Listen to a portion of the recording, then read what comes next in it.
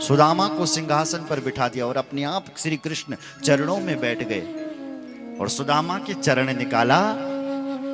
तब तक भगवान ने कह दिया कि सुदामा जी के चरण में अनगिनत कांटे चुभे हुए, अनगिनत, जिनकी कोई गिनती नहीं। तो जब तक लक्ष्मी जी पानी की परात लेकर के आती, तब तक तो भगवान के ही आंखों से पानी बरस गया। ऐसे बेहाल बेआइन सो पग, कंटल जाल लगे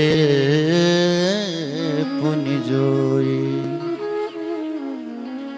हाय महा दुख पायो सखा,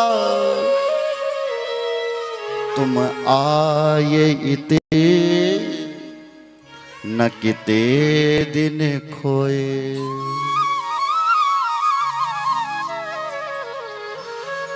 देखी सुदाम की दीन दशा, करुणा करु के करुणा निधि रोए। करुणा करके करुणा निधि रोए। पानी परात को हाथ छुयो नहीं, नैनन के जल सो पग धोए। जब तक रुक्मणी जी पानी की परात लेकर के आती, तब तक भगवान की ही दोनों आंखों से गंगा और यमुना बह गई और सुदामा जी के दोनों चरण ही प्रक्षालन कर दिए। भगवान कहना चाहते हैं कि सुदामा के चरणों को धुलने के लिए गंगा जल चाहिए। गंगा जल क्या करूं, गंगा जल भी तो मेरे ही चरणों का जल है। विष्णुपति है ना गंगा जी, भगवान विष्णु के चरणों से आ रही है ना। क्या मैं अपने चरणों के जल से क्या सुदामा के चरण धुलाऊंगा? बोले नहीं, ये मेरे भगवान हैं, अपने चरणों के जल से नहीं धुलाऊंगा, अपने आंखों के जल से ही सुदामा के चरण धुला दिए।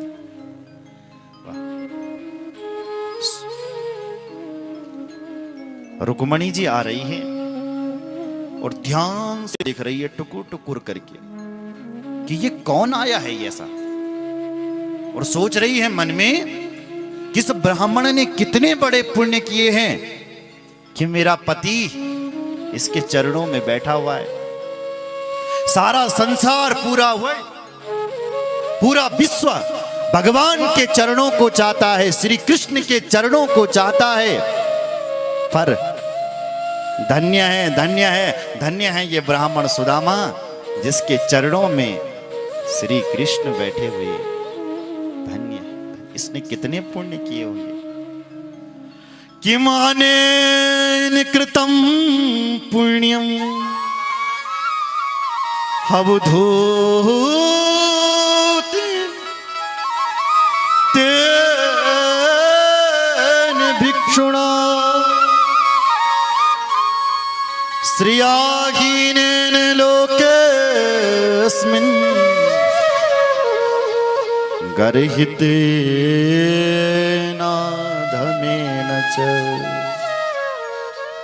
किमनेन कृतं पुण्यम, इस अवधूत ने कितने बड़े पुण्य किए हुए हैं जो मेरा पति इसके चरणों में बैठा हुआ है।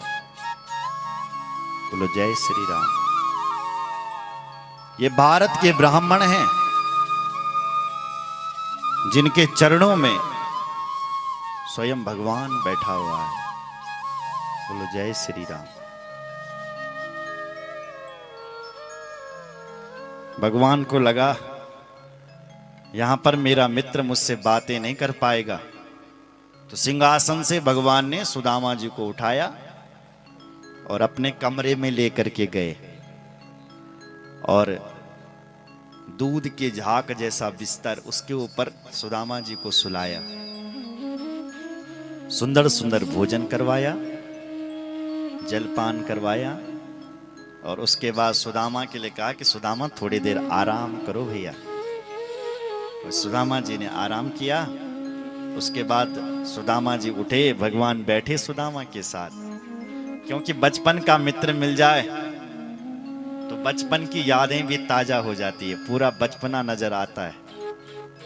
तो भगवान सुदामा जी से बातें करने लगे। सुदामा जी कैसे हो तुम? बोले मैं बढ़िया हूं।